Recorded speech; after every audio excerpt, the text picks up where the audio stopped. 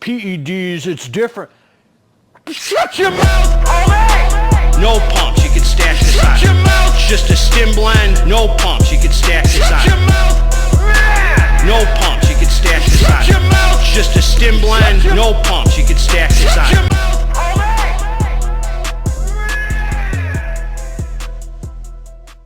What up, what up? It's Garage Jim, homie, and today I'm talking about detoxing off drugs, heroin, crystal meth, all sorts of craziness, man.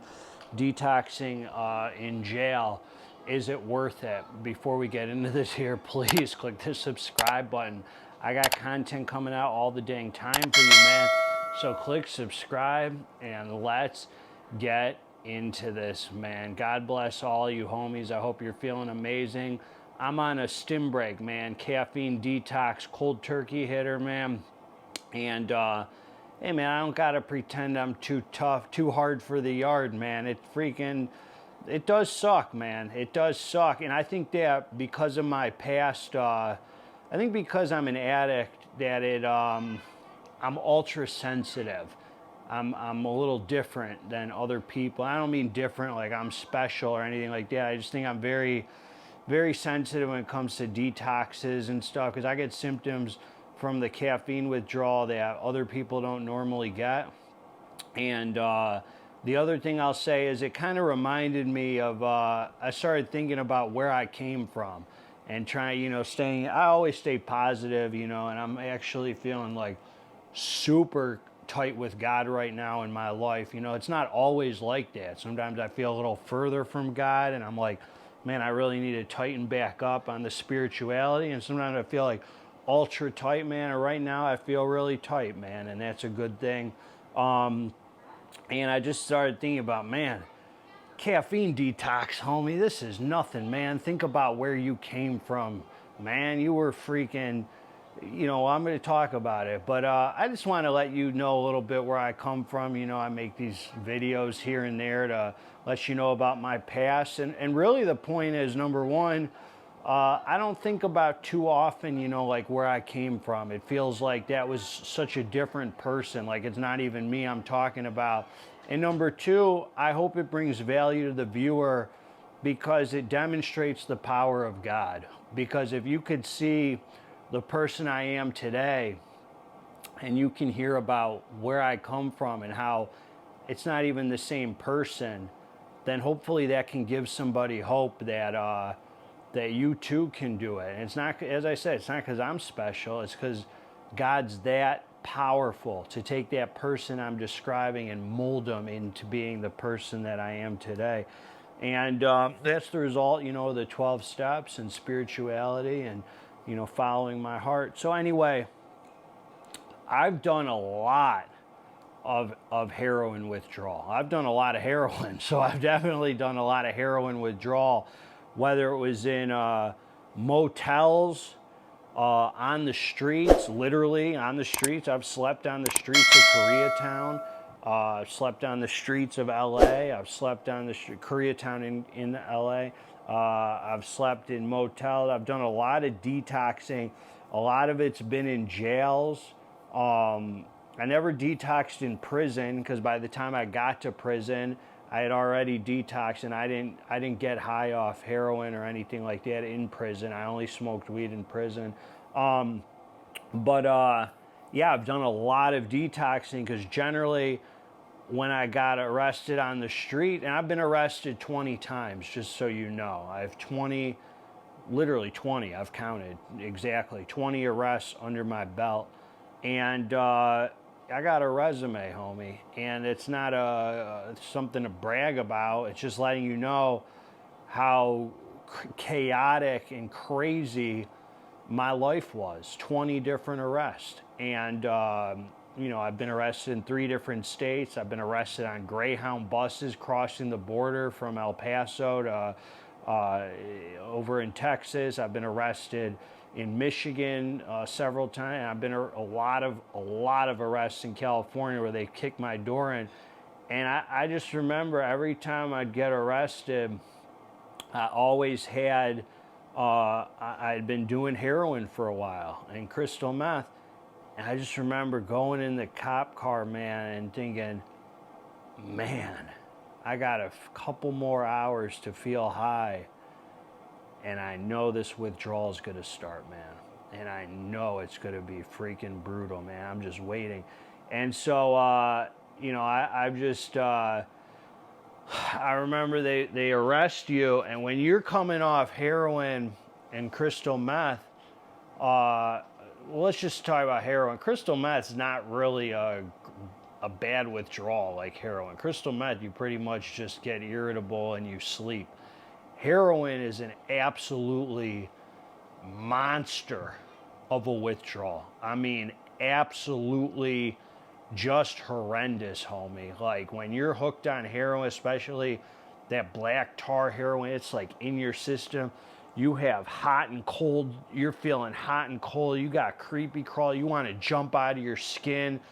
There is nothing in the world that can freaking give you the kind of relief you want except more opiates.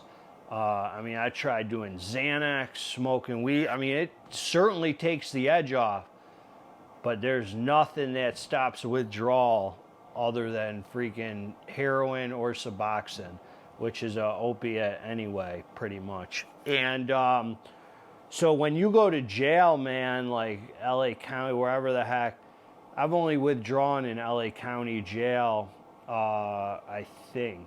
Yes, I've only done heroin withdrawal in LA County jail. You tell them you're withdrawing from heroin, man, they don't give a dang. They throw you in a freaking cage like an animal, homie, and they'll give you Benadryl.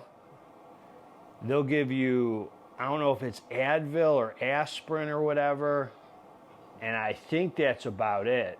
I'm trying to think, Clonidine, something for your blood pressure. I don't even think they do that, man. I think it was Benadryl and aspirin or Advil, one of those two.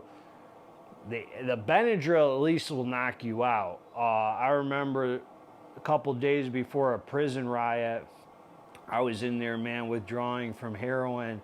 I'm a jail riot. My riot in LA County jail. I was in a racial riot, like 160 people in a dorm.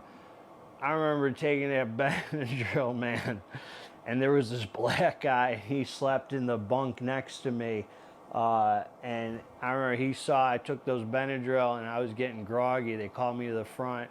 They gave me the Benadryl. He said, I remember, I'll never forget this, man. He said, all them punk, he said, excuse my language, punk at drugs you do on the street.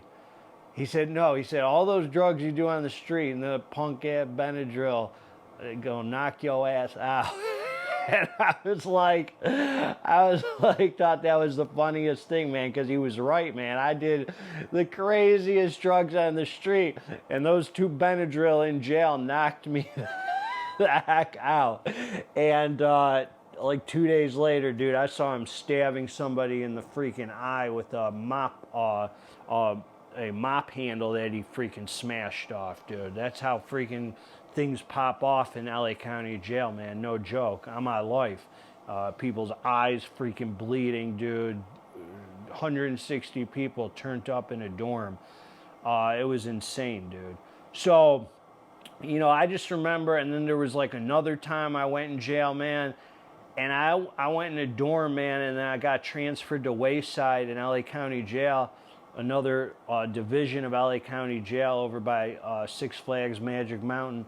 And I freaking remember just telling the white boys, I was like, hey, man, I'm withdrawing from heroin, man. And I'm not the same person, man. I'm 130 pound. I've been on crystal meth. I've been homeless. I've been, the bounty hunters kicked my door in, took me to jail. The freaking police have kicked my motel in when they've done warrant checks and stuff.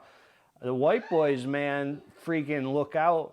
They're like, hey, man, go lay down in the bed, man. They forced me to take a hot shower, which was really nice. I remember when I found out that a hot shower something about it gives you relief like crazy when you're withdrawing from heroin. And I don't know why that is, but when you're in that shower, you feel like you're not even withdrawing just while you're in the shower.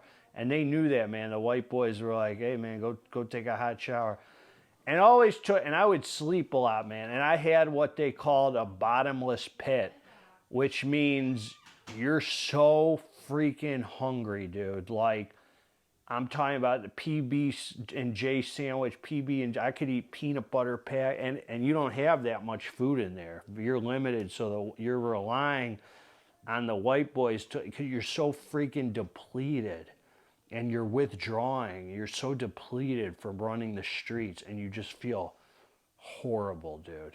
You just feel out of your mind, man. And I remember, man, they were so cool. They look out for you, the white boys. They didn't care if I was Jewish, this, that. They didn't care, man. I was a white boy. They said, go lay down in the bed, man. Just go take it easy. He's withdrawing. And they would find me food. I'd be like, man, I'm hungry. And I remember one of them said to me, hey, man, you're hungry? You know a closed mouth don't get fed. And I'll never forget that, man. I always remember that to this day. And I tell people that a closed mouth don't get fed. If you want something, you better freaking ask for it. And I was scared to ask, man, because I didn't want to like take their food. They gave me apples. They gave me peanut butter pack, this and that. It was just never enough, man, because you're so depleted from running the streets and from being out there, man, just on one. And finally you get to rest. I just remember, man, just being in Old County Jail, men's MCJ, Men's Central Jail in LA County. You're just freaking just withdrawing, man, and you just feel horrible. And I was able to sleep, man. I'm always able to sleep. I don't know if that's because I'm coming off crystal meth too, because I'm so tired from being up for so long, but I was able to sleep like 20 hours a day, dude. Like it was always it, but I'd wake up, I'd be withdrawing. So my withdrawals always took like 5 to 6 days, man, and then I started feeling a lot better. I mean, the first 3 or 4 are like really brutal, then 5 and 6, you're still feeling it, but you're like a lot better, and you start feeling refreshed and like yourself again. And then there were times too, man, where I would go in jail, and I remember I got bailed out. I didn't even freaking know who bailed me out, man. And I'm sitting there in the holding tank, and one of the Hispanic dudes, Southsiders, was like, "Hey, man, you look like you saw a ghost." And I was like, I'd only been in jail now like 2 days. Like I was just starting to withdraw heavy, started getting the hot and cold, the creepy crawl, like full blown freaking withdrawal. And I'm just waiting to get out of there, man. And I just cannot freaking think about anything except heroin, man. I mean, nothing except just some relief. That thing had a hold on me, man. Like you cannot believe. I mean, it just consumed me. I worship it. It was God to me. It was everything to me. I worshiped it. We all worship, I always say this. I worshiped heroin to the full, and this thing consumed me to the point where there was nothing. I had the mental obsession. I was craving. I was freaking obsessed. It's not even craving, because the craving doesn't happen until after you put it in the body. I was obsessing on it because I was withdrawing and I was so sick. And I remember this Hispanic guy said to me, he goes, "Hey, man, you look like you saw a ghost." I said, I'm withdrawing from here. I said, I'm withdrawing from dope, man. He's like, "Hey, man, I'll make you a deal. You catch it wasn't Uber then, it was tax. No one did Ubers, homie. I didn't have no freaking Ubers. It was a taxi." And he goes, "You get the cab out of here, drop me downtown." He goes, "I could have I know where to cop right down here, right downtown LA, right when you get out of the Twin Towers." He said, "I know where to cop." He walked right past this dude, got me a balloon, man. He handed it to me. I got the cab for him. went back to my apartment in Santa Monica, which was just a disaster at this point. And I got my relief, man. Got the monkey off my back, was right back at it. And it was just this cycle, man, toward the end there of just being sick, not sick, copping, trying to get sober. I had this whole kit, this detox kit that I had. You know, it was like, it was a detox kit. I'd keep all these little drugs in there, the Xanax, the Suboxone, this. And I would never be sober long enough to take it, because you got to wait a certain amount of time before taking it to start detoxing. And I just, it was always, I'll do it tomorrow, I'll do it tomorrow, I'll do it tomorrow. Never got around to it, man. So, and I remember always freaking being in a positive mindset. Like, as hard as that may be for you to believe, there was always a power within me, man. That power, I believe, was God. And I was always positive. Like, I was always able to make some, like, to make people laugh and to have a, you know, joke. I remember sitting in a motel with my ex, and we were dope sick, man. We were begging the dope dealer to come on to the hood where we were staying. We were scamming the hotels over there, the motels over there, for the Social Security office. They'd give us hotel vouchers, and I figured out a way to keep getting these hotel vouchers for free. And I remember we were dope sick, and I was just making her laugh, like pretending to be one of the Sesame Street character. You're sick, Bert. I would just be making jokes and stuff. And I remember, man, like, I was detoxing off heroin in LA County Jail, man, this one time. And there was this guy on the street who ran into me on Hollywood Boulevard after. And I was doing well then. He was like, "Hey, man, I remember you. You were in LA County Jail."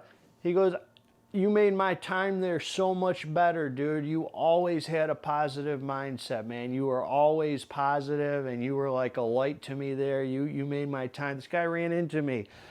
And I just remember, man, like, in the darkest of days, there was always this light, man, trying to come out of me, man. Always. From meeting the dog that I rescued on the street to, I've made a video about that story, to the detoxing. I mean, constantly sick off heroin, still making jokes, still laughing, still pushing forward. Never had thoughts of ending it or anything like that. There was always, I always knew better. I always knew there was something bigger for me and better for me. And so detoxing off heroin in jail, man, was freaking brutal, because I'm going to tell you, just about every single time that I detoxed off heroin in jail, it wasn't only that.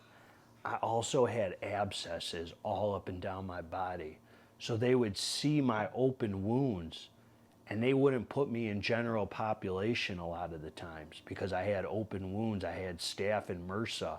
So they'd put me in a cell by myself like a freaking dog, just detoxing, until the wounds closed up enough that I could go to general population. So it was like a whole nother layer of hell in there. I mean, and that's not to mention the politics and being in there is bad enough when you don't know if you're going to prison, if you're not, what you're charged with, when your court date is, you sitting there, if someone's going to bail you out, if they're not.